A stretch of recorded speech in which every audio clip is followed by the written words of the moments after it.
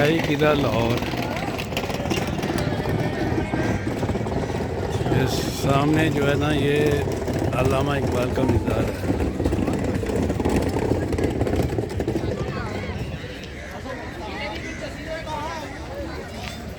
और ये सफ़ेद जो बिल्डिंग नज़र आ रही है गुंबद है, ये सिखों की इबादत गाह है।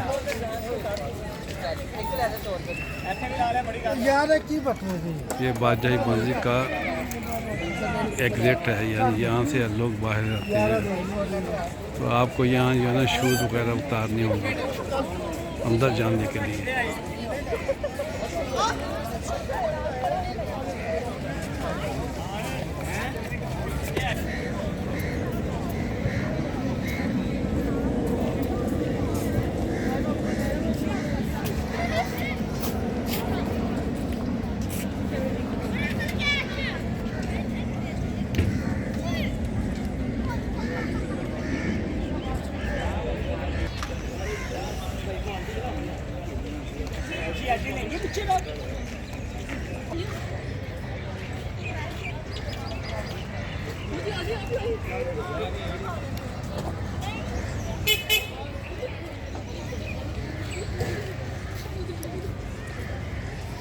क्या नहीं है अब अंदर और डेकोरेशन पे कोई ना बैठा हुआ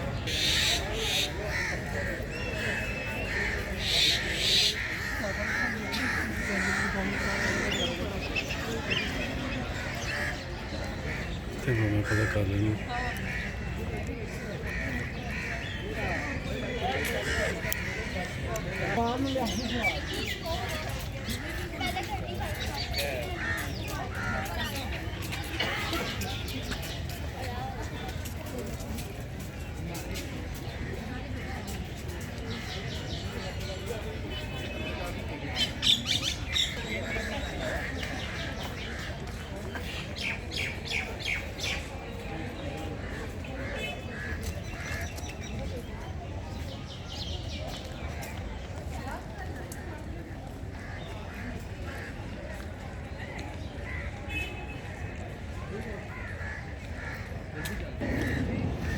ये सामने बारादरी है।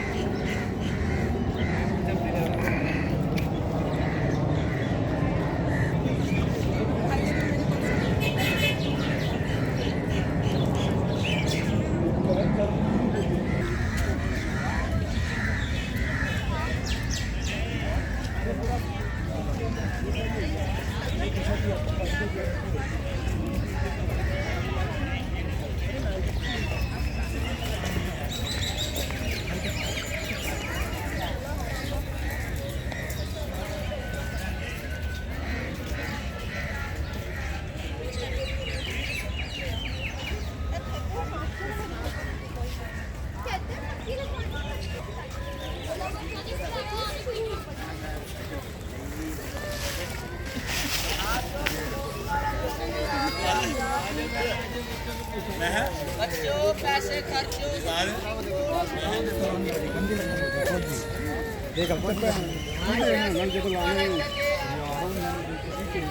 की रेट हाँ जी यह जी सामने उत्ते जी हाँ 450 किन्ने साल के बच्चे दी है? 5-6 साल के वॉच वाला इधर है भाई, वॉच वाला इधर है, चार कलर इधर है, वॉच वाला इधर है। ठीक है ठीक है मैं अच्छा ये जो है ना आपने इसकी कितनी कीमत लगाई है जैकेट की? मैंने आपको 300 की दे दी है 300। ठीक है तो ये मतलब ये है असली या तमीज कपड़ा अच्छा था हाँ जी अच्छा डबल कपड़ा मतलब कहाँ लोकल ये हैदराबाद से बन के आती है। अच्छा हैदराबाद से ये हैदराबाद की अच्छा सिंध की जो है ना ठीक है चलो अच्छी ये लग रही है। बाहर के मुल्क भी जाती है। हाँ मैं भी किसी को भेजनी है मैं ठीक है ना तो ठीक है फिर इंशाल्लाह जो है ना मेड इन पाकिस्तान लिखा हुआ है। ठीक है चलो अच्छा ये भी एक गिफ्ट है किसी को देना है ठीक है ना शुक्रिया।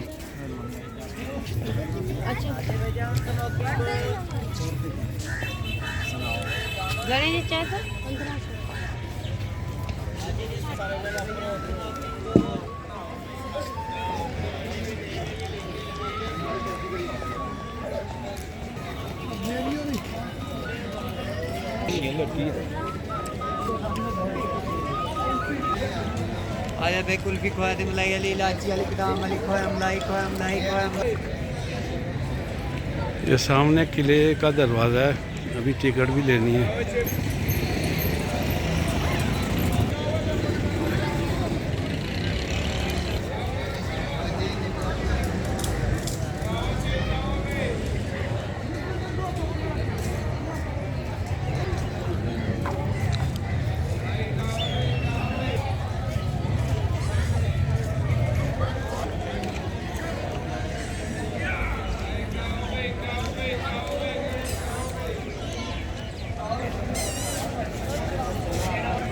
एक किले की दीवार है सामने।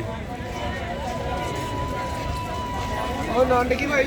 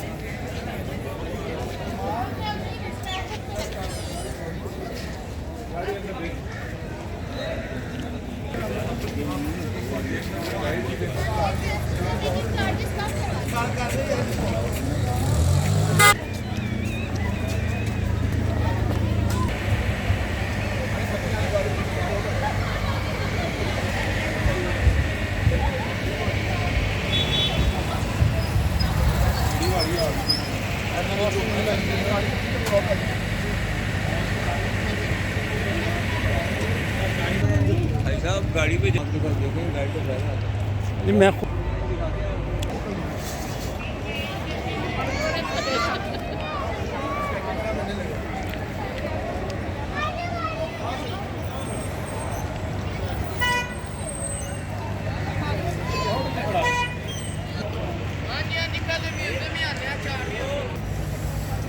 बैग